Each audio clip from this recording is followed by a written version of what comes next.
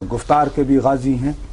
انہوں نے کل ہمارے بھائی دوست کامران خان کے پروگرام میں کچھ باتیں کی تھی. اب پاکستان کا بہت موقر مقبول عوامی روزنامہ ہے خبریں، اس کے فرنٹ پیج پہ یہ جناب انہوں نے ریورس میں لال رنگ لگا کے نکالا. حدیث ہے جب حکمران نکمے اور ہر طرف لوٹ مار ہو تو ایسے ہی عذاب آتے ہیں، اور پھر ساری تفصیل ہے. اور اس سارے کا جو انہوں نے نکالا ہے وہ یہ کہ نجات کا واحد حل، واحد ون اینڈ اونلی سولوشن، مولانا صاحب فرماتے ہیں ندامت کے آنسو بہا کر سچے دل سے اجتماعی توبہ کیجیے. ٹھیک ہے جی، میں نے تمہیں جیسے پہلے بتایا میں ایک گناہگار فضول بیہودہ آدمی ہوں، اللہ مجھے معاف کرے، آپ جیسے وڈ بھی ممتاز قادریوں سے بچائے.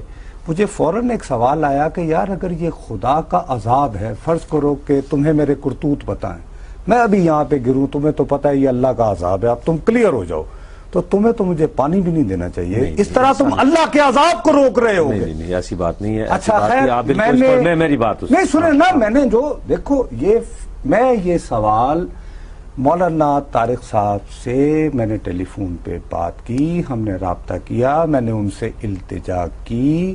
میں نے کہا مولانا صاحب آپ نے جو یہ کچھ فرمایا ہے اس سے میرے فضول ذہن میں کچھ سوالات آئے ہیں. آپ مجھے ڈرا رہے تھے ان سے بات نہ کرے، ایسا نہ ہو کہ آپ کہیں، یعنی کہ آپ تو مجھے غیر مذہبی آدمی سمجھتے ہیں. نہیں تم کہہ رہے تھے خدا کو حاضر ناظر جان کے کہو کہ تم کہہ رہے تھے.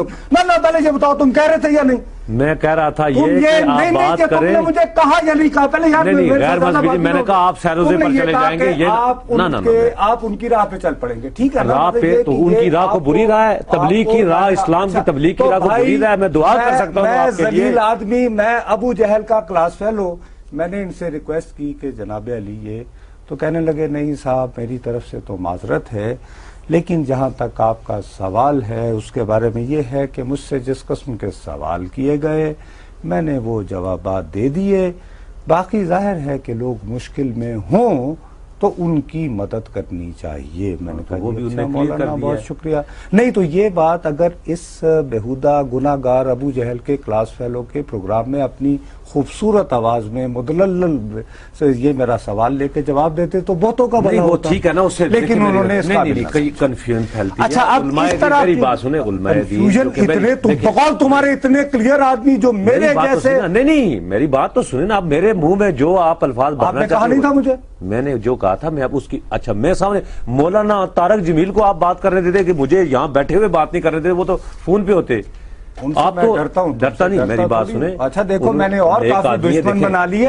میں تبلیغی جماعت میں پاگل ہوں، میں پاگل تھے ہاں، بڑا ایڈا بھی نہیں. خودکش بمبر نہ بھائی، کوئی سیاسی کوئی معاملات نہیں اس میں. یہاں پر کوئی سیاسی تنظیم نہیں ہے. ایک تبلیغ کی جو آتا ہے وہ آپ نے سوال کیا، اگر وہ نہیں آئے یا نہیں بات کرنا چاہتے اس کا مقصد صرف یہ تھا.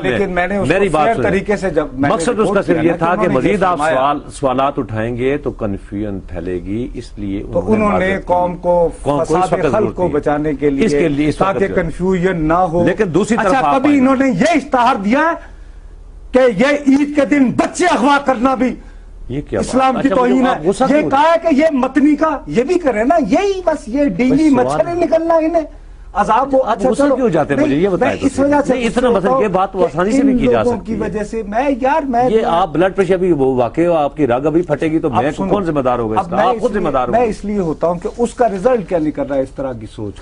بھائی جیسا آپ سوال پوچھیں گے آپ ان بچوں کے بارے میں سوچیں گے، طارق جمیل صاحب اس کا جواب دے دیں.